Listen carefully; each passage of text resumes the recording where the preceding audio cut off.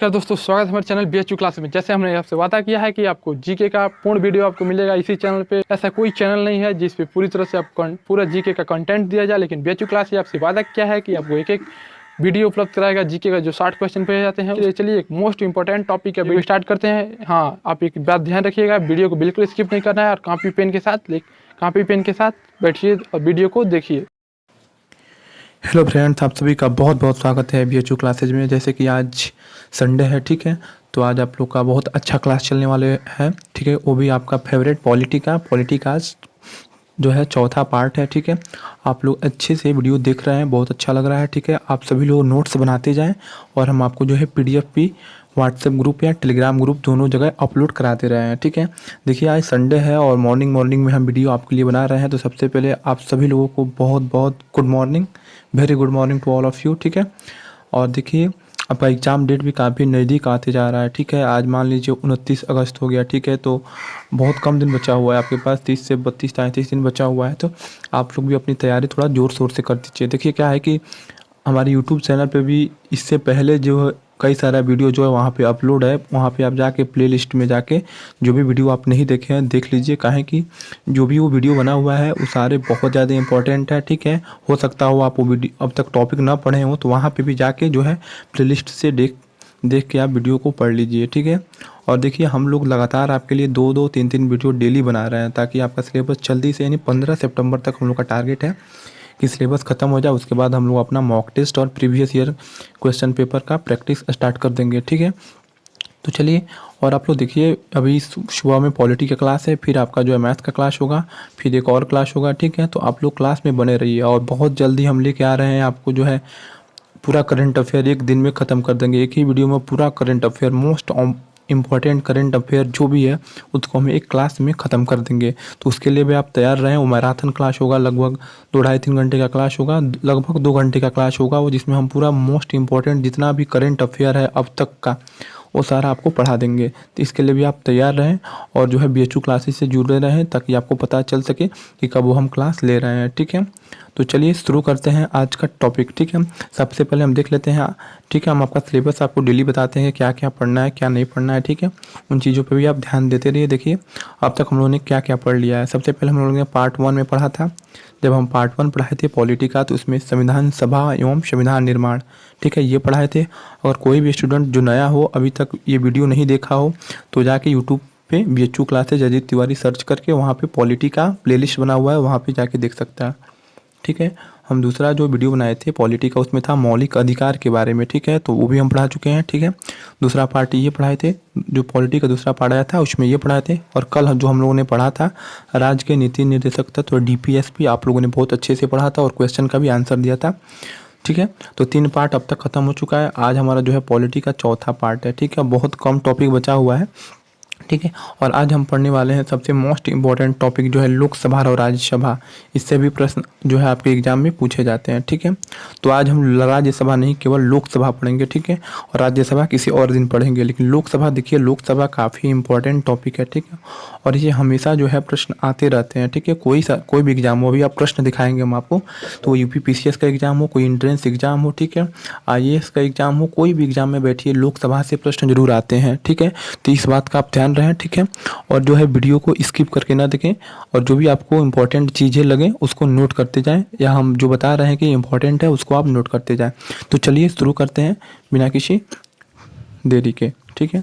तो आज का आपको टॉपिक पता चल गया होगा, ठीक है। आज का आपका टॉपिक जो पता चल गया ना, देखिए आज का आपका टॉपिक जो था लोकसभा और राज्यसभा, ये दोनों था, लेकिन हम केवल आज लोकसभा को कवर किए हैं, ठीक है। और बहुत अच्छा क्वेश्चन आप लोगों के लेके आए हैं, जो काफ़ी ज़्यादा इंपॉर्टेंट क्वेश्चन है। हमको लगता है आप उतना पढ़ लीजिए तो फिर और किसी भी बुक पढ़ने की ज़रूरत नहीं है, चाहे आप कोई भी एग्जाम में बैठे, ठीक है। उससे बाहर क्वेश्चन नहीं आएगा, ठीक है। और आप सभी लोग जो है जो भी हम क्वेश्चन पूछेंगे यहाँ पे, आप लोग सभी लोग कमेंट बॉक्स में आंसर देंगे, ठीक है। हम सभी जो है आप सभी लोगों का आंसर जो है हम देखेंगे, ठीक है। तो चलिए शुरू करते हैं आज का वीडियो। इसी के साथ जो है स्क्रीन पे आपका जो है पहला क्वेश्चन, ठीक है। आपका जो है पहला क्वेश्चन ये रहा, ठीक है। राष्ट्रपति जो एंग्लो इंडियन होते हैं उनको आंग्ल बोलते हैं, एंग्लो, ANGLO, एंग्लो। थोड़ा हम कलर चेंज कर लें, ये कलर हमको सही नहीं लग रहा है, ठीक है। तो इसको हम थोड़ा रेड कलर कर लेते हैं, ठीक है। चलिए इसको रेड कलर हमने कर लिया। अब जो है शुरू करते हैं, ठीक है। 1 मिनट थोड़ा रुक जाइए, ठीक है। चलिए अब शुरू करते हैं आज का प्रश्न, ठीक है। पहला प्रश्न, राष्ट्रपति आंग्ल भारतीय समुदाय के कितने प्रतिनिधियों को लोकसभा में मनोनीत करता है, ठीक है। ये आपको बताना है। देखिए हम आपको बता दें तो सभी लोग आप आंसर दे दीजिए एक बार, ठीक है। हम भी बता दे रहे इस जो है क्वेश्चन का सही आंसर क्या होगा। सभी लोग एक बार आंसर दीजिए, ठीक है। देखिए सभी लोग आंसर सही दिए हैं। 2 होता था, 2 जो है राष्ट्रपति करते थे लेकिन अब नहीं है, इस बात का आप ध्यान रखिए। ये चीज़ें 2019 में समाप्त कर दिया गया है राष्ट्रपति, ठीक है। सरकार ने इसको जो आरक्षण दिया, मतलब 2 जैसे लोकसभा होता है ना, उसमें क्या होता है, लोकसभा पूरे देश से चुन के जो है लोकसभा सदस्य चुन के जाते हैं, ठीक है।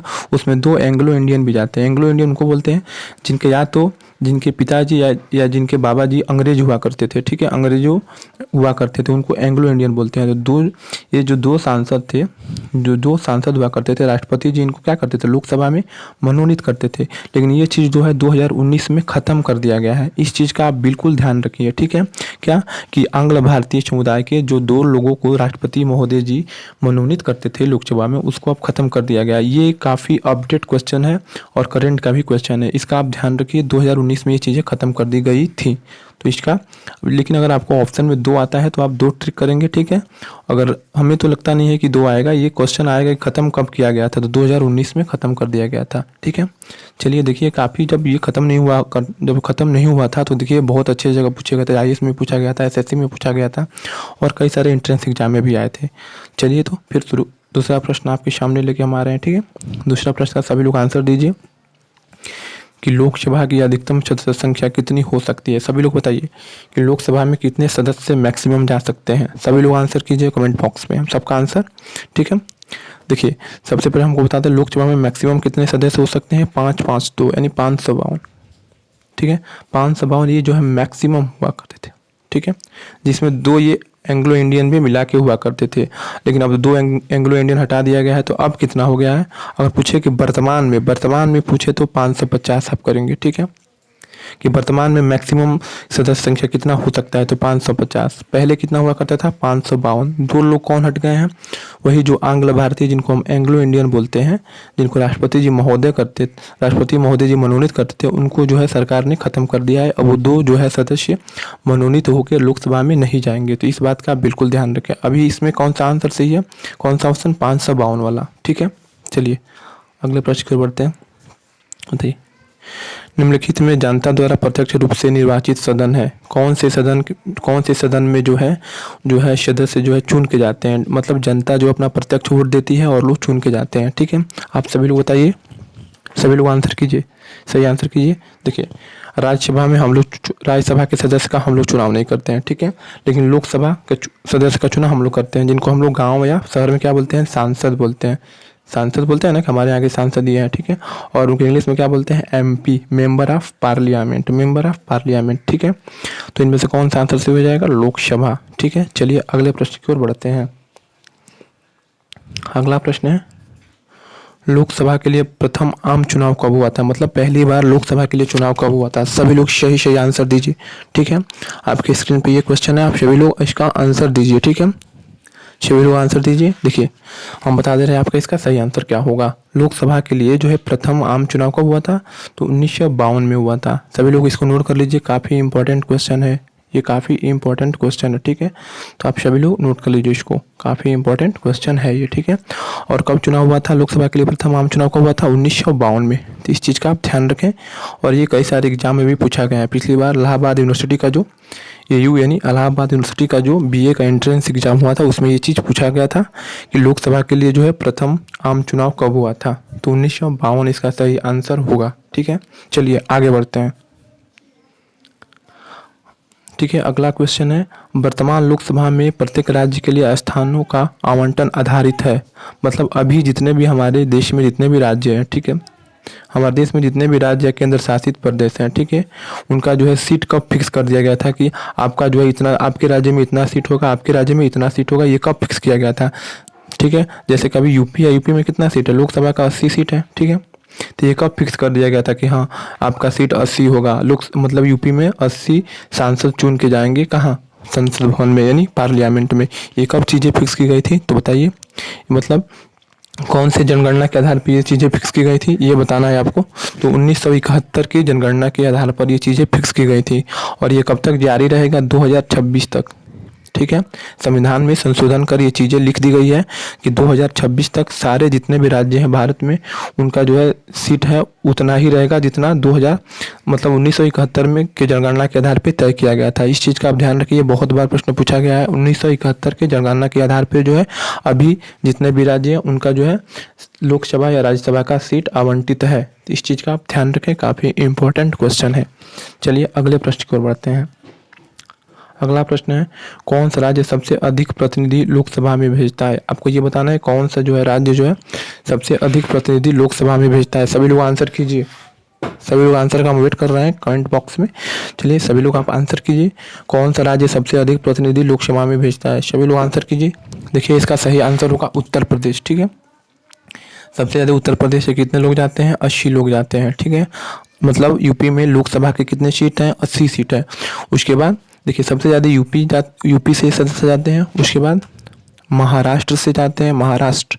ठीक है, उसके बाद वेस्ट बंगाल यानी पश्चिम बंगाल, यानी सबसे ज़्यादा यूपी, फिर महाराष्ट्र, फिर वेस्ट बंगाल।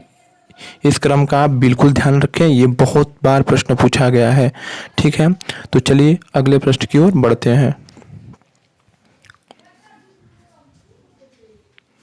चलिए अगला प्रश्न है आपका, लोकसभा का चुनाव लड़ने के लिए इच्छुक व्यक्ति की न्यूनतम आयु होनी चाहिए। मतलब अगर आप भी लोकसभा का चुनाव लड़ना चाहते हैं तो लड़ जाएंगे, तो आपकी उम्र कितनी होनी चाहिए, यही चीज़ आपको बताना है। चलिए सभी लोग कमेंट बॉक्स में आंसर दीजिए कितना होना चाहिए। ठीक है, सभी लोग बताइए, सभी लोग उत्तर दीजिए कितना होना चाहिए।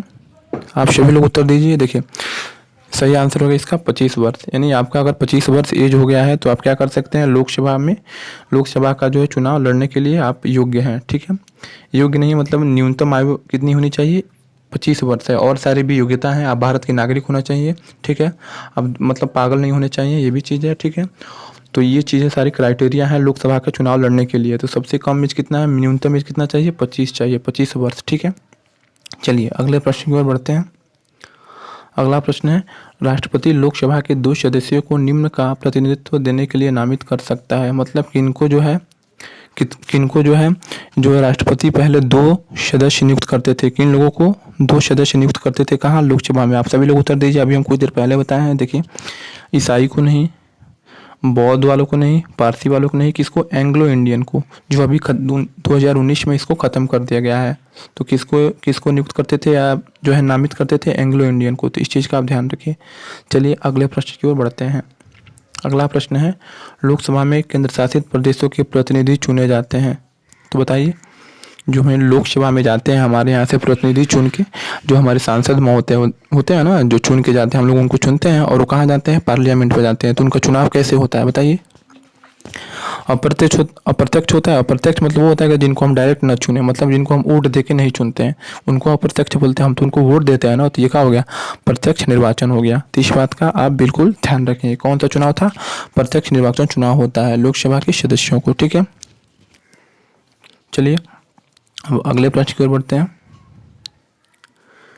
निम्न में से मतदाता संख्या की दृष्टि से देश की सबसे बड़ा लोकसभा निर्वाचन क्षेत्र कौन सा है। आपको ये बताना है कि जो अपने देश में जो है सबसे बड़ा लोकसभा निर्वाचन क्षेत्र कहाँ है, मतलब सबसे ज़्यादा वोटर कहाँ है। ठीक है, सबसे बड़े वोटर नहीं, सबसे ज़्यादा मतलब कहाँ का एरिया कवर होता है, क्षेत्रफल की दृष्टि, मतदाता की दृष्टि से बताना, मतदाता की दृष्टि से, मतलब कौन से लोकसभा निर्वाचन क्षेत्र में सबसे ज़्यादा मतदाता हैं, उसको आप बताना है। आप सभी लोग आंसर कीजिए। देखिए ये BPSC नहीं, बिहार के PCS में पूछा गया है और कई सारे, अब देखिए जो प्रश्न पहले UP PCS, बिहार PCS या UPSC में आए हैं वो अब एंट्रेंस एग्जाम में आते हैं, इसीलिए हम आपको अच्छे क्वेश्चन का प्रैक्टिस कराते हैं ताकि उससे बाहर क्वेश्चन ना जा सके। ठीक है, चलिए इसका आंसर दीजिए सभी लोग, इसमें कौन सा आंसर होगा। ठीक है, सभी लोग बताइए। ठीक है, सभी लोग आंसर दीजिए कौन सा होगा इसमें। तो आपका सही आंसर हो जाएगा मलकागिरी। ठीक है, मलकागिरी सही आंसर हो जाएगा। ठीक है, चलिए अब अगले प्रश्न की ओर बढ़ते हैं। और मलकागिरी पड़ता कहाँ है, देखिए मलकागिरी जो है कहाँ पड़ता है, ये आंध्र प्रदेश में पड़ता है, आंध्र प्रदेश। ठीक है, तो ये प्रश्न काफ़ी इंपॉर्टेंट है कि सबसे बड़ा लोकसभा निर्वाचन क्षेत्र का नाम क्या है, तो मलकागिरी कहाँ पड़ता है, तो आंध्र प्रदेश में पड़ता है। चलिए आगे बढ़ते हैं, अगला प्रश्न की ओर बढ़ते हैं। आप सभी लोग प्रश्न को नोट करते जाएं और जो भी स्टूडेंट अभी लाइव देख रहे हैं देखिए वो जो है वीडियो को लाइक कर दें, ठीक है। चलिए अगले प्रश्न की ओर बढ़ते हैं। प्रश्न नंबर हमारा है 21 प्रश्न नहीं है, ठीक है। चलिए इस प्रश्न को आप पढ़िए। क्षेत्रफल की दृष्टि से केंद्र शासित प्रदेश में देश का सबसे छोटा लोकसभा निर्वाचन क्षेत्र कौन सा है? सभी लोग आंसर कीजिए। देश का क्षेत्रफल के हिसाब से बताना है। क्षेत्रफल की दृष्टि से सबसे छोटा लोकसभा निर्वाचन क्षेत्र कौन सा है?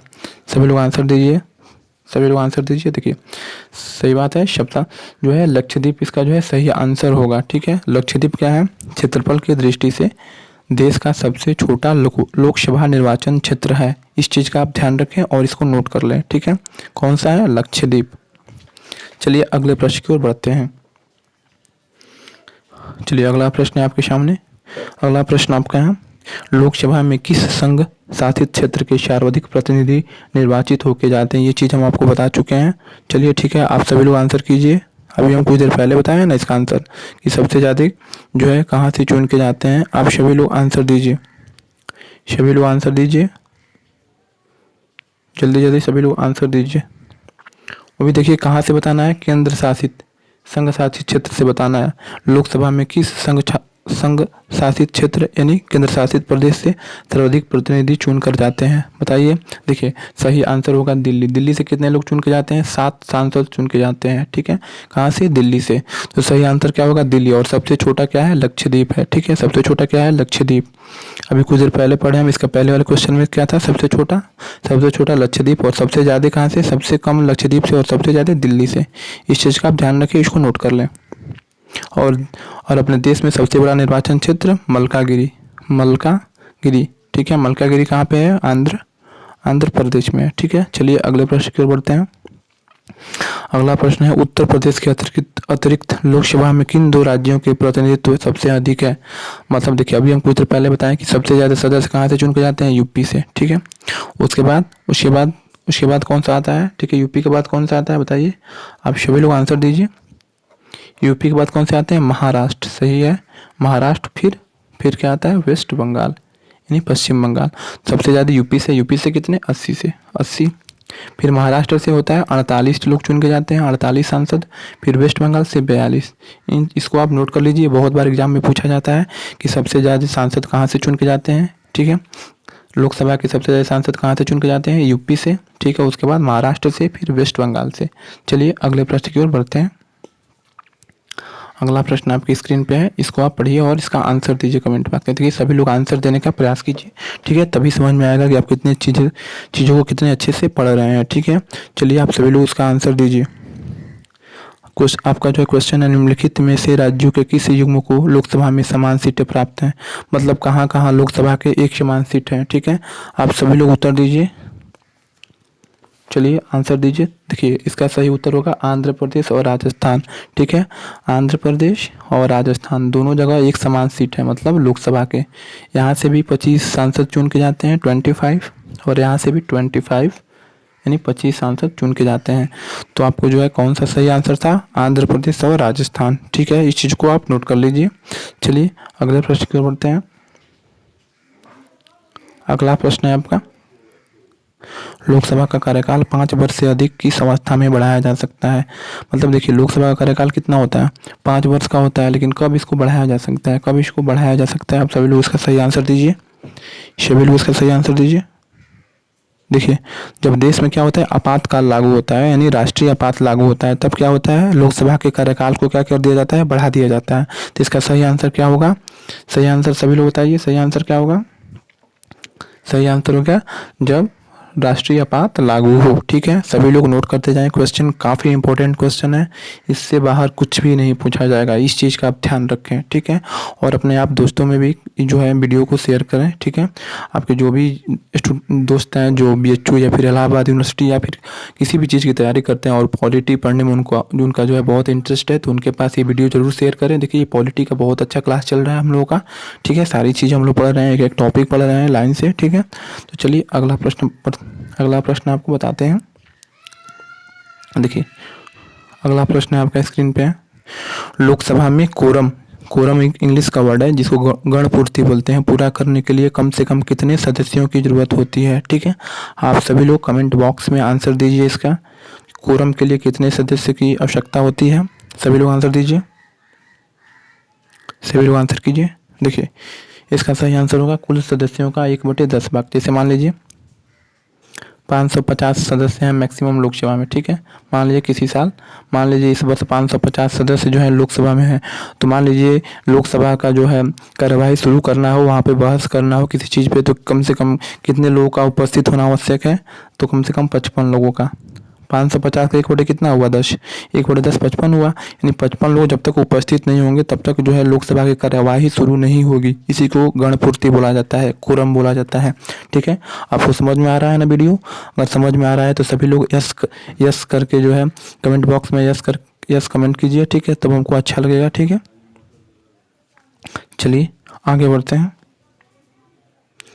लोकसभा का सामान्यतः कार्यकाल कितना होता है, सभी लोग बताइए। अभी ये प्रश्न तो सारे लोग जानते होंगे। सभी लोग कमेंट बॉक्स में आंसर दीजिए कि लोकसभा का सामान्यतः कार्यकाल कितने वर्ष होता है। सभी लोग आंसर दीजिए, ठीक है।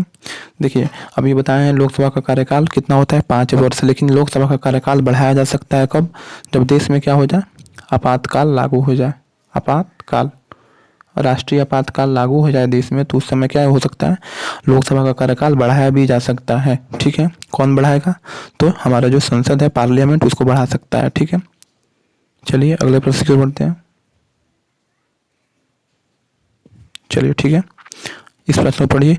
लोकसभा में सर्वाधिक प्रतिनिधित्व के आधार पर राज्यों का सही क्रम है, मतलब कहाँ मैक्सिमम सदस्य के चुन के आते हैं। सभी लोग सही आंसर कीजिए। देखिए अभी कुछ देर पहले हम बताएं कि सबसे ज़्यादा जो सदस्य यूपी से, फिर महाराष्ट्र से, और फिर वेस्ट बंगाल से यानी पश्चिम बंगाल से। तो इसका सही आंसर कौन सा हो जाएगा, यूपी, महाराष्ट्र और पश्चिम बंगाल, ठीक है। चलिए अगले प्रश्न की ओर बढ़ते हैं। अगला प्रश्न आपकी स्क्रीन पे है। देखिए सभी प्रश्न आप लोग नोट करते जाएं या फिर स्क्रीनशॉट ले लें, काफ़ी इंपॉर्टेंट प्रश्न है ये। संघ शासित क्षेत्र दिल्ली को कितने प्रतिनिधि निर्वाचित होकर लोकसभा में भेजा जाता है, मतलब दिल्ली से कितने सांसद आते हैं हमारे लोकसभा में, इसका आंसर आप सभी लोग बताइए। दिल्ली से कितना जो है सांसद आते हैं लोकसभा में, सभी लोग आंसर दीजिए इसका। देखिए इसका सही आंसर होगा आपका 7। दिल्ली से कितने सदस्य चुन के जाते हैं लोकसभा सदस्य, 7 चुन के जाते हैं हमारे संसद भवन में यानी पार्लियामेंट में। चलिए अगले प्रश्न की ओर बढ़ते हैं। लोकसभा सदस्य बनने के लिए योग्यता नहीं है, ठीक है। कौन सा बताना, कौन सी इसमें योग्यता नहीं है ये बताना है। तो देखिए भारत का नागरिक होना ये तो योग्यता है, ठीक है। पागल तथा दिवालिया ना हो ये भी योग्यता है, कि जो भी चुनाव में उठ रहा है वो पागल और दिवालिया ना हो, ठीक। सरकारी लाभ के पद पर ना हो ये भी योग्यता है, कि अगर आप मतलब चुनाव लड़ना हो तो आप किसी सरकारी लाभ के पद पे ना हो, ये तो योग्यता होना चाहिए ना। लेकिन ये वाला योग्यता नहीं है, 30 वर्ष, कम से कम 30 वर्ष की उम्र। लेकिन देखिए लोकसभा में क्या होता है, कम से कम 25 साल के आप हैं तो चुनाव बिल्कुल लड़ सकते हैं, ठीक है। 25 या 25 से अधिक हैं तो चुनाव आप लड़ सकते हैं। तो इसमें कौन सा सही, आपका प्रश्न के हिसाब से कौन सा आंसर सही है, तो ऑप्शन नंबर बी, ठीक है। चलिए अगले प्रश्न की ओर बढ़ते हैं। राष्ट्रपति लोकसभा को कार्यकाल पूरा करने के पूर्व भंग कर सकता है, किसके सलाह पे जो है राष्ट्रपति जो है लोकसभा को भंग कर सकता है। आप सभी लोग आंसर दीजिए इसका, सभी लोग आंसर दीजिए। देखिए सभी लोग आंसर दीजिए। देखिए प्रधानमंत्री जी के सलाह पे क्या कर सकता है, राष्ट्रपति लोकसभा को भंग कर सकता है, मतलब लोकसभा का विघटन कर सकता है, समाप्त कर सकता है, ठीक है। हमेशा के लिए नहीं। जैसे मान लीजिए इस बार 17वीं लोकसभा चल रहा है अभी, जो 2019 से मान लीजिए 2024 तक कौवा लोकसभा चल रहा है, अभी 17वां लोकसभा चल रहा है। इसका अध्यक्ष कौन है, अभी कल जो लोकसभा है वर्तमान लोकसभा का अध्यक्ष कौन है, ओम बिरला। ओम कौन है, इसको नोट कर लीजिए आप। ओम बिरला क्या है, अभी जो है वर्तमान लोकसभा के अध्यक्ष हैं। और कौन सा जो है सेशन चल रहा है लोकसभा का, 17वां चल रहा है। इसका कार्यकाल क्या है, 2019 से 2024 तक। मान लीजिए इसको अगर भंग करना हो, ठीक है, राष्ट्रपति महोदय को भंग करना हो तो किससे सलाह लेंगे, तो पीएम से सलाह लेकर जो है भंग कर सकते हैं, ठीक है। चलिए अगले प्रश्न की ओर बढ़ते हैं। चलिए प्रश्न नंबर देखिए, लोकसभा को कम से कम कितने सत्र बुलाए जाते हैं, लोकसभा के कम से कम कितने सत्र बुलाए जा सकते हैं, इस चीज़ को बताइए। जैसे सेशन चलता है ना, तो कितने मतलब एक वर्ष में कितना बार जो है सांसद लोग जाके बैठ के चर्चा करते हैं, ठीक है, सेशन जिसको सत्र बोलते हैं ना, तो कितने सत्र बुलाया जा सकता है एक साल के अंदर? आप सभी लोग इसका सही आंसर दीजिए, ठीक है। हम कमेंट बॉक्स में देख रहे हैं कौन लोग सही आंसर दे रहे हैं, ठीक है, उनका हम नाम भी जो है रखेंगे। चलिए कमेंट बॉक्स में सभी लोग आंसर दीजिए, ठीक है। देखिए इस प्रश्न का सही आंसर क्या होगा?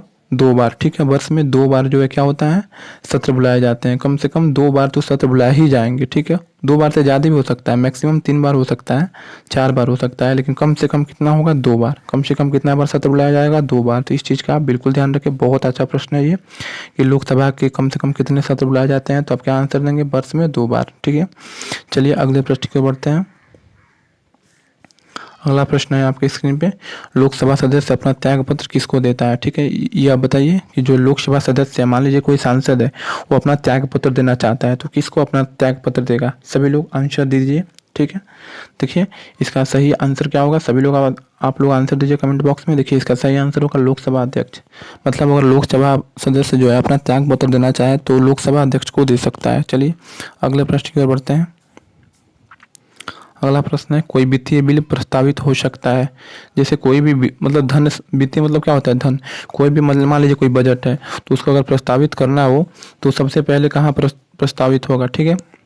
मतलब कहाँ से वो प्रस्तावित होगा? कोई भी बजट हो, ठीक है, या वित्तीय बिल हो, वो प्रस्तावित कहाँ से होगा? सभी लोग कमेंट बॉक्स में आंसर दीजिए। देखिए सभी लोग आंसर दीजिए। देखिए इसका सही आंसर होगा आपका केवल लोकसभा में। क्या होगा? केवल लोकसभा में। मतलब जो वित्तीय बिल होता है उसको जो है सबसे पहले पास होना रहता है कहाँ से? लोकसभा में, ठीक है। और राज्यसभा में जाता है, लेकिन राज्यसभा उसमें कोई संशोधन नहीं कर सकता है, बस कुछ सिफारिश कर सकता है, लेकिन उसको उसमें कुछ वो संशोधन नहीं कर सकता है। तो इसका सही आंसर क्या हो जाएगा? केवल लोकसभा, ठीक है। चलिए आप लोग सही आंसर दिए, ठीक है। चलिए अगले प्रश्न की ओर बढ़ते हैं। अगला प्रश्न आपके स्क्रीन पे है, लोकसभा चुनाव में कोई प्रत्याशी अपनी जमानत खो देता है यदि उसे प्राप्त न हो सके। मान लीजिए कोई यहाँ पे सीट है और टोटल मान लीजिए टोटल यहाँ पे 60 वोट पड़ा है। कोई एक सीट है, हम सपोज कर रहे हैं कोई एक सीट है, निर्वाचन क्षेत्र है कोई, वहाँ पे टोटल 60 वोट पड़ा है और एक लोगों को हम कह रहे हैं कि अपना जमानत जब्त करा लिए हैं। मतलब कम से कम ये कितना वोट पाए होंगे? देखिए कोई भी आदमी, मान लीजिए यहाँ पे टोटल कितना वोट पड़ा? 60 वोट पड़ा। कोई भी आदमी अगर 1/10 1/6, तो 60 का 1/6 कितना हो जाएगा? 10 हो जाएगा। 60 का 1/6 कितना होगा? 10 ही ना होगा। यानी कोई भी आदमी अगर 10 से कम वोट पाएगा, यहाँ पे इस सीट पे कोई भी आदमी अगर 10 से कम वोट पाएगा तो उसका जमानत जब्त हो जाएगा। देखिए चुनाव होने से पहले कुछ राशि जमा होता है, ठीक है, तो उस राशि को वापस नहीं किया जाता है, तो बोला जाता है ना कि इनका तो जमानत जब्त हो गया, ठीक है। तो मतलब उसके लिए कितना वोट पाना जरूरी होता है? 1/6। 1/6 से कम वोट जो है पाएगा उसका जमानत जब्त हो जाएगा, ठीक है। तो इस चीज़ का आप ध्यान रखिए, ये बीपीएससी में पूछा गया और कई सारे एग्जाम में भी पूछा जाता है।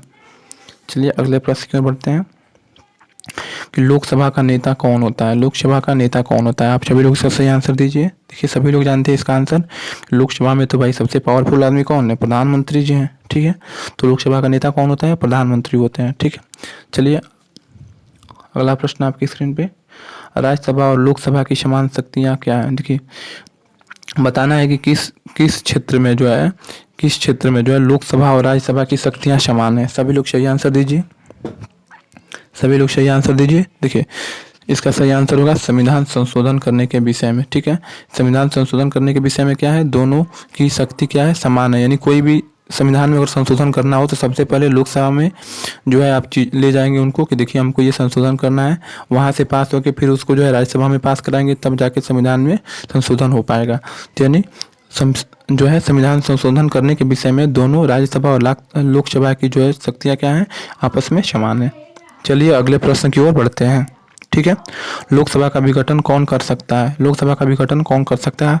सभी लोग सही आंसर दीजिए। लोकसभा का विघटन कौन कर सकता है? देखिए लोकसभा का विघटन कौन करता है? राष्ट्रपति जी करते हैं। लोकसभा का विघटन कौन करता है? राष्ट्रपति जी करते हैं। और किसके सलाह पे करेंगे? तो मंत्रिपरिषद के सलाह पे जो है राष्ट्रपति जी क्या कर सकते हैं? लोकसभा का विघटन कर सकते हैं, ठीक है। चलिए अगले प्रश्न की ओर बढ़ते हैं। अगला प्रश्न है अस्थायी लोकसभा अध्यक्ष। देखिए सबसे पहले मान लीजिए 2019 में जैसे कि चुनाव हुआ, उसमें भाजपा जीत गई, ठीक है। जो भी ठीक है। भाजपा जीत के और सारे भी, भाजपा यहाँ पे जीत के, ठीक है, और सारे भी मान लीजिए यहाँ पे कांग्रेस कई सारे पार्टी होगी, ठीक है। तो ये सारे जो भी सदस्य जीत के गए होते हैं, जो भी सदस्य जीत के गए होते हैं, तो सबसे पहले एक अपना, ठीक है, अपना एक स्पीकर, अस्थायी स्पीकर चुनते हैं, ठीक है। अपना अस्थायी स्पीकर चुनते हैं, जिनको क्या बोला जाता है, अस्थायी लोकसभा अध्यक्ष बोला जाता है। इनको अंग्रेजी में प्रोटेम स्पीकर बोला जाता है, ठीक है। यही प्रोटेम स्पीकर क्या करते हैं, जो जिसकी इनका नियुक्ति कौन करता है, इनका नियुक्ति करता है राष्ट्रपति महोदय। और ये इनका काम क्या होता है, जो प्रोटेम स्पीकर होते हैं, ये जो भी नया सदस्य चुन के गए रहते हैं, चुनाव जीत के गए रहते हैं, उनकी सदस्यता कौन दिलाता है, राष्ट्रपति की ओर से प्रोटेम स्पीकर दिलाता है। तो आपको कोई ये पूछते हैं कि प्रोटेम स्पीकर की नियुक्ति कौन करता है, तो राष्ट्रपति, ठीक है। तो इस चीज़ का आप लोग ध्यान रखें, क्या कि प्रोटेम स्पीकर की नियुक्ति कौन करता है, राष्ट्रपति जी करते हैं। और प्रोटेम स्पीकर का काम क्या होता है, तो जो भी नया सदस्य चुन के गए रहते हैं, उनका जो है वो सदस्यता दिलाते हैं। कौन सदस्यता दिलाता है, तो प्रोटेम स्पीकर दिलाते हैं, ठीक है। और प्रोटेम स्पीकर को क्या बोला जाता है, अस्थायी लोकसभा अध्यक्ष भी बोला जाता है, ठीक है। चलिए अगले प्रश्न की ओर बढ़ते हैं। अगला प्रश्न है, लोकसभा के अध्यक्ष को कौन चुनता है। लोकसभा के अध्यक्ष को कौन चुनता है, सभी लोग आंसर दीजिए, कौन चुनता है, लोकसभा के अध्यक्ष को कौन चुनता है, सभी लोग सही आंसर दीजिए। देखिए, लोकसभा के सदस्य ही लोकसभा अध्यक्ष को चुनते हैं। सबसे पहले तो प्रोटेम स्पीकर होता है। प्रोटेम स्पीकर को कौन नियुक्त करता है, राष्ट्रपति जी करते हैं। और ये प्रोटेम स्पीकर क्या करता है, जितने भी सदस्य जो है जीत के गए रहते हैं, उनको सदस्यता यानी लोकसभा की सदस्यता दिलाता है, कौन, प्रोटेम स्पीकर। उसके बाद जो है ये जो लोकसभा सदस्य होते हैं, उसके बाद क्या करते हैं, अपना एक नेता जो है, अपना एक अध्यक्ष चुनते हैं, उनको क्या बोलते हैं, लोकसभा अध्यक्ष। तो लोकसभा अध्यक्ष का चुनाव कौन करता है, तो लोकसभा के सारे सदस्य मिलकर करते हैं। चलिए अगले प्रश्न की ओर बढ़ते हैं, ठीक है। अगला प्रश्न है, देश का वह संसदीय क्षेत्र कौन सा है जिसकी सीमाएं 9 संसदीय क्षेत्रों को स्पर्श करती हैं। देख लीजिए, देश का वो कौन सा निर्वाचन क्षेत्र है जिसकी, जो मान लीजिए एक निर्वाचन क्षेत्र होगा यहाँ, तो यहाँ पे जो है 9 निर्वाचन क्षेत्र यहाँ पे इसको स्पर्श करते हैं। ये कौन सा जो है निर्वाचन क्षेत्र है, तो आप लोग सभी लोग इसका सही आंसर दीजिए, ठीक है। सही आंसर दीजिए सभी लोग, ठीक है। तो इसका सही आंसर होगा नागौर राजस्थान, ठीक है, नागौर राजस्थान, ठीक है। और ये नागौर वही जगह है जहाँ पे पंचायती राज का सबसे पहले क्या हुआ था, पंचायती राज व्यवस्था का उद्घाटन किया गया था। कहाँ पे, नागौर राजस्थान में, ठीक है। यहाँ पे सबसे पहले शुरू किया गया था पंचायती राज व्यवस्था, ठीक है। किसके द्वारा, जवाहरलाल नेहरू जी के द्वारा, ठीक है। तो चलिए नागौर आंसर हो गया इसका। अगले प्रश्न की ओर बढ़ते हैं। अगला प्रश्न है, निम्नलिखित राज्यों में से किसमें अनुसूचित जनजातियों के लिए लोकसभा में स्थान आरक्षित नहीं है। देखिए, अपने जो है लोकसभा में जो है एससी, जिनको अनुसूचित जाति बोलते हैं, एसटी जिनको अनुसूचित जनजाति बोलते हैं, इनके लिए जो है कुछ सीट आरक्षित किए गए हैं, किसमें, लोकसभा के चुनाव में। लेकिन ऐसा कौन सा राज्य है जहाँ पे ये आरक्षण है, ये नहीं है, वहाँ पे मतलब एक भी सीट आरक्षित नहीं है। आप सभी लोग आंसर दीजिए। तो देखिए, इसका आंसर हो जाएगा उपरोक्त सभी, यानी केरल में भी, तमिलनाडु में भी, ठीक है, और कर्नाटक में भी। ये तीनों जगह अनुसूचित जाति हो या अनुसूचित जनजाति हो, ठीक है। अनुसूचित जाति नहीं, केवल अनुसूचित जनजाति, ठीक है। जाति इसमें एससी नहीं है, केवल एसटी। यहाँ पे एसटी का जो है एक भी सीट आरक्षित नहीं है, एसटी का, ठीक है। मतलब यहाँ पे एससी का कुछ सीट आरक्षित है, लेकिन एसटी का एक भी, एसटी मतलब क्या होता है, अनुसूचित जनजाति, इनका एक भी सीट आरक्षित नहीं है। कहाँ पे, केरल, के से केरल, टी से तमिलनाडु, और जो है के से कर्नाटका, के टी के, ठीक है। तो इसको आप याद रखें, एग्जाम में भी पूछा जाता है। चलिए अगला प्रश्न है आपका, अविश्वास प्रस्ताव किस सदन में लाया जाता है। अविश्वास प्रस्ताव किस सदन में लाया जाता है, तो इसका सही आंसर हो जाएगा लोकसभा, ठीक है। इसका सही आंसर क्या हो जाएगा, लोकसभा। मतलब अविश्वास प्रस्ताव जो है कहाँ लाया जाता है, लोकसभा में लाया जाता है। चलिए अगले प्रश्न की ओर बढ़ते हैं। लोकसभा व राज्यसभा की शक्तियाँ समान है, बताना है किस संबंध में जो है लोकसभा और राज्यसभा की शक्तियाँ समान है। सभी लोग सही आंसर दीजिए। देखिए, इसमें भी होगा उपयुक्त सभी। राष्ट्रपति के निर्वाचन में भी शक्तियाँ समान है लोकसभा राज्यसभा की, ठीक है। उपराष्ट्रपति के निर्वाचन के संबंध में भी समान है, और राष्ट्रपति के विरुद्ध महाभियोग के संबंध में भी जो है दोनों की शक्तियाँ समान है। यानी आपको जो है अगर राष्ट्रपति महोदय को मान लीजिए हटाना रहता है, तो सबसे पहले आप लोकसभा में जो है इस चीज़ें पास करते हैं, फिर राज्यसभा में पास किया जाता है, फिर राष्ट्रपति को हटाया जाता है, ठीक है। चलिए अगले प्रश्न की ओर बढ़ते हैं। अगला प्रश्न है आपका, भारत में क्षेत्रफल की दृष्टि से सबसे बड़ा संसदीय निर्वाचन क्षेत्र कौन सा है? ठीक है, सबसे बड़ा जो है संसदीय निर्वाचन क्षेत्र बताना है। ठीक है, भारत में क्षेत्रफल की दृष्टि से देखिए, इसके पहले हम लोग कहाँ पढ़े थे? जनसंख्या के आधार, मतलब मतदाता के आधार पर पढ़े थे। मतदाता के आधार पर कहाँ था? आप सभी लोग आंसर दीजिए। मतदाता के आधार पर सबसे बड़ा निर्वाचन क्षेत्र कौन सा था? मलकागिरी। कुछ सबसे शुरुआत में हम बताए थे कि मतदाता की संख्या के आधार पर सबसे बड़ा निर्वाचन क्षेत्र था मलकागिरी। कहाँ पड़ता है? आंध्र प्रदेश में पड़ता है। लेकिन क्षेत्रफल के हिसाब से सबसे बड़ा निर्वाचन क्षेत्र कौन सा है? आप सभी लोग आंसर दीजिए, सभी लोग आंसर दीजिए। देखिए, इसका सही आंसर हो जाएगा लद्दाख, जो जम्मू कश्मीर में भी है। ठीक है, लद्दाख तो भी अलग हो गया है ना, ये जम्मू कश्मीर में नहीं है। ठीक है, लद्दाख और जम्मू कश्मीर दो जो है नए क्या बन गए हैं? केंद्र शासित प्रदेश बन गए हैं। तो सबसे बड़ा जो है संसदीय क्षेत्र कौन सा है? तो लद्दाख है। ठीक है, वो भी क्षेत्रफल की दृष्टि से। और जो है जो मतदाता के आधार पर सबसे बड़ा कौन सा है? मलकागिरी। कहाँ पड़ता है? आंध्र प्रदेश में पड़ता है। ठीक है, चलिए अगले प्रश्न की ओर बढ़ते हैं। ठीक है, अगला प्रश्न है, निम्न श्रेणियों में से किसके विधेयक केवल लोकसभा में ही प्रस्तुत किए जाते हैं, यानी प्रारंभ किए जाते हैं? कौन सा विधेयक जो है कहाँ से प्रारंभ किए जाते हैं? यानी लोकसभा में सबसे पहले प्रारंभ किया जाता है, मतलब सबसे पहले उसको लोकसभा में पास कराया जाता है, फिर राज्यसभा में ले जाया जाता है। तो ऐसा कौन सा विधेयक है? ठीक है, सभी लोग सही आंसर दीजिए, सभी लोग सही आंसर दीजिए। देखिए, इसका सही आंसर हो जाएगा आपका वित्त विधेयक। ठीक है, वित्त विधेयक। वित्त विधेयक कौन से आर्टिकल में दिया है? आर्टिकल 110 में। और सबसे पहले इसको कहाँ ले जाया जाता है पास कराने के लिए? लोकसभा। और लोकसभा से पास हो जाता है तो कहाँ जाता है ये? राज्यसभा। राज्यसभा इसमें कोई संशोधन नहीं कर सकता है, बस वो जो है राय दे सकता है कि देखिए इसमें कुछ नया चीज़ें जोड़ लीजिए, ये चीज़ें हटा दीजिए, लेकिन उसमें कोई संशोधन नहीं कर सकता है। और जो है वित्त विधेयक को मैक्सिमम वो 14 दिन अपने पास रख सकता है। कौन? राज्यसभा। ठीक है, तो इसका सही आंसर क्या हो जाएगा? इसका सही आंसर क्या हो जाएगा? लोकसभा में प्रस्तुत किए जाते हैं कौन सा? वित्त विधेयक। ठीक है, चलिए अगले प्रश्न की ओर बढ़ते हैं। अगला प्रश्न आपके स्क्रीन पे है, भारतीय संविधान के अनुसार संविधान संशोधन विधेयक संसद के किस सदन में पारित होता है? ठीक है, संविधान संशोधन विधेयक किस सदन में पारित होता है? ठीक है, देखिए संसद के दो सदन होते हैं, एक तो होता है लोकसभा, एक होता है राज्यसभा। तो जो है संविधान संशोधन विधेयक होता है वो संसद के किस सदन में पारित होता है? आप सभी लोग इसका सही आंसर दीजिए, किस सदन में पारित होता है? सभी लोग सही आंसर दीजिए, हम वेट कर रहे हैं। ठीक है, देखिए हम आंसर इसका बता दे रहे हैं। ठीक है, देखिए दोनों सदन में पास करना पड़ता है, मतलब अगर आपको संविधान में संशोधन करना है, ठीक है, तो सबसे जो है आपको दोनों सदनों में से ये चीज़ें पास करानी पड़ेंगी कि हाँ हम ये पास कर रहे हैं, ये चीज़ें हटा रहे हैं या ये चीज़ें जोड़ रहे हैं। ठीक है, तो ये कहाँ? ऊपरी सदन और निचली सदन दोनों में। देखिए ऊपरी जो है संसद का ऊपरी सदन राज्यसभा को बोला जाता है, राज्यसभा को, और निचली सदन कहाँ बोला जाता है? लोकसभा को बोला जाता है। यानी आप दोनों सदन से क्या करना पड़ता है? विधेयक को पास करना पड़ता है, तब जाके आप संविधान में संशोधन कर सकते हैं।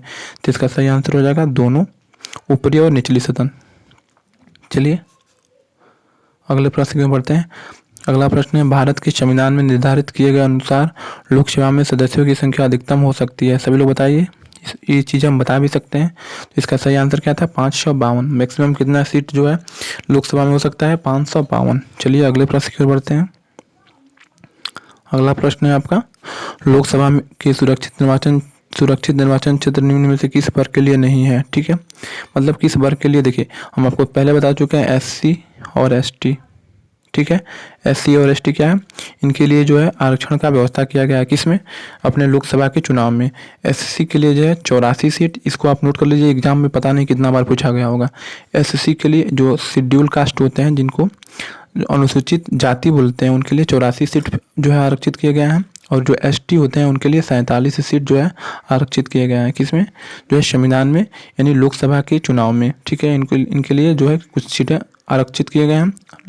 ठीक है, अनुसूचित जाति जिसको शेड्यूल कास्ट यानी SC बोलते हैं, उनके लिए 84, और ST जिनको जो है शेड्यूल ट्राइब बोलते हैं, उनके लिए 47 सीट जो है क्या किए गए हैं? आरक्षित किए गए हैं। तो इसमें कहीं कौन सा आंसर होगा? इसमें पूछा है नहीं किए गए हैं, किसके लिए नहीं किए गए हैं? तो पिछड़ा वर्ग के लिए नहीं किए गए हैं, इन दोनों के लिए किए गए हैं। तो सही आंसर क्या हो जाएगा इसका? Option number C। चलिए अगले प्रश्न की ओर बढ़ते हैं। मंत्री परिषद किसके प्रसाद पर्यंत कार्य करता है? आप सभी लोग आंसर दीजिए। जो भी मंत्री परिषद होता है ना, वो किसके प्रसाद पर्यंत काम करता है? ठीक है, सभी लोग आंसर दीजिए।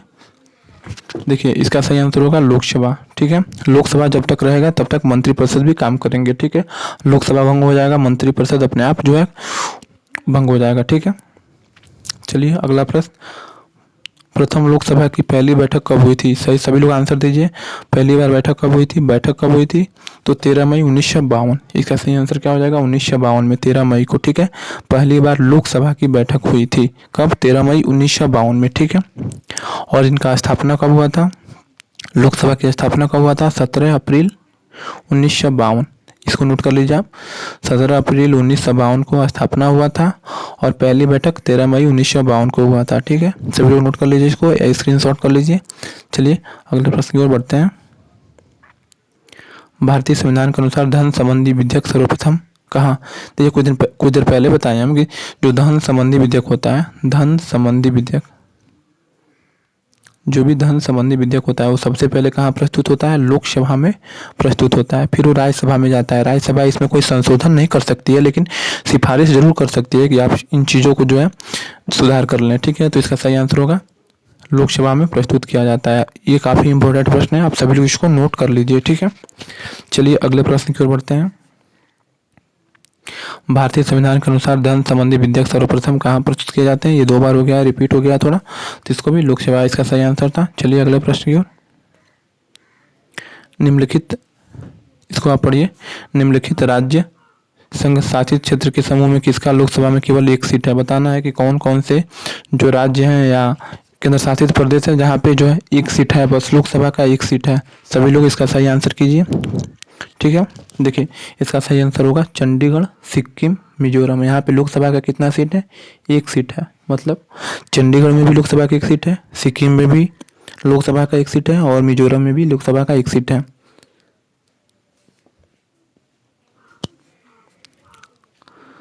ठीक है, चलिए आगे बढ़ते हैं।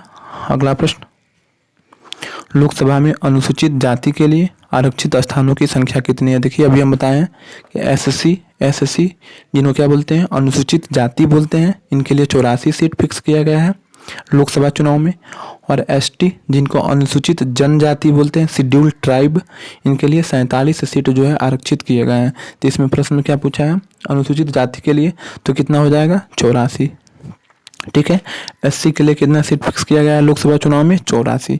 ये काफ़ी बार प्रश्न पूछे जाते हैं, इंपॉर्टेंट प्रश्न है। ठीक है, इसको आप नोट कर लीजिए। चलिए अगले प्रश्न की ओर बढ़ते हैं।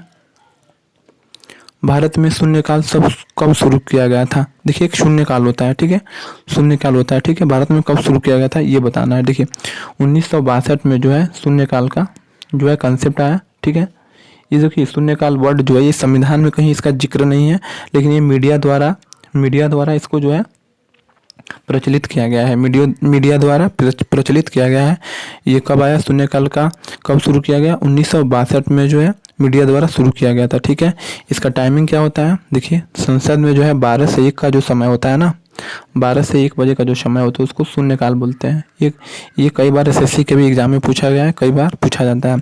तो भारत में शून्यकाल का जो शुरुआत कब हुआ था? 1962 में। ठीक है, और 12 से 1 इसका समय होता है। ठीक है, इसको आप नोट कर लीजिए। चलिए अगले प्रश्न की ओर बढ़ते हैं। देखिए शून्यकाल क्या है ये आपको बताना है। ठीक है, शून्यकाल क्या है?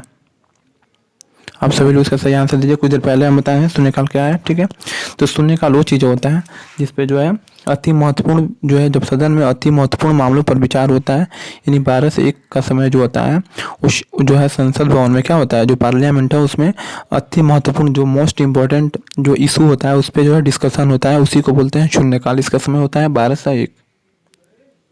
चलिए अगले प्रश्न की ओर बढ़ते हैं।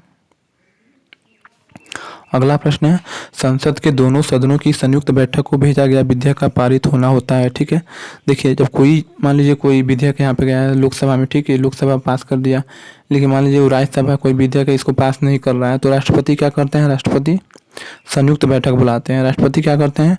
संयुक्त बैठक बुलाते हैं। ठीक है, मतलब उसमें लोकसभा के भी सदस्य और राज्यसभा के सदस्य सारे लोग एक जगह बैठ के जो है फिर किसी विधेयक को पास किया जाता है। ठीक है, तो इसमें क्या होता है? इसका सही आंसर क्या होगा? 94 का सही, मतलब 94 नंबर जो प्रश्न है उसका सही आंसर क्या होगा?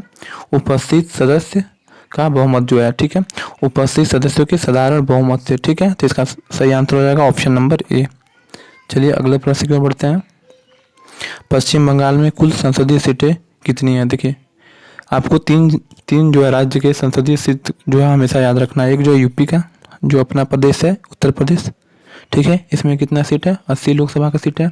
फिर है महाराष्ट्र, महाराष्ट्र में कितना है? 48। और फिर है वेस्ट बंगाल, उसका कितना है? 42, 42। तो सबसे ज़्यादा यूपी में, उससे कम महाराष्ट्र में, और उससे कम तीसरा नंबर पे कौन आता है? 42, महाराष्ट्र।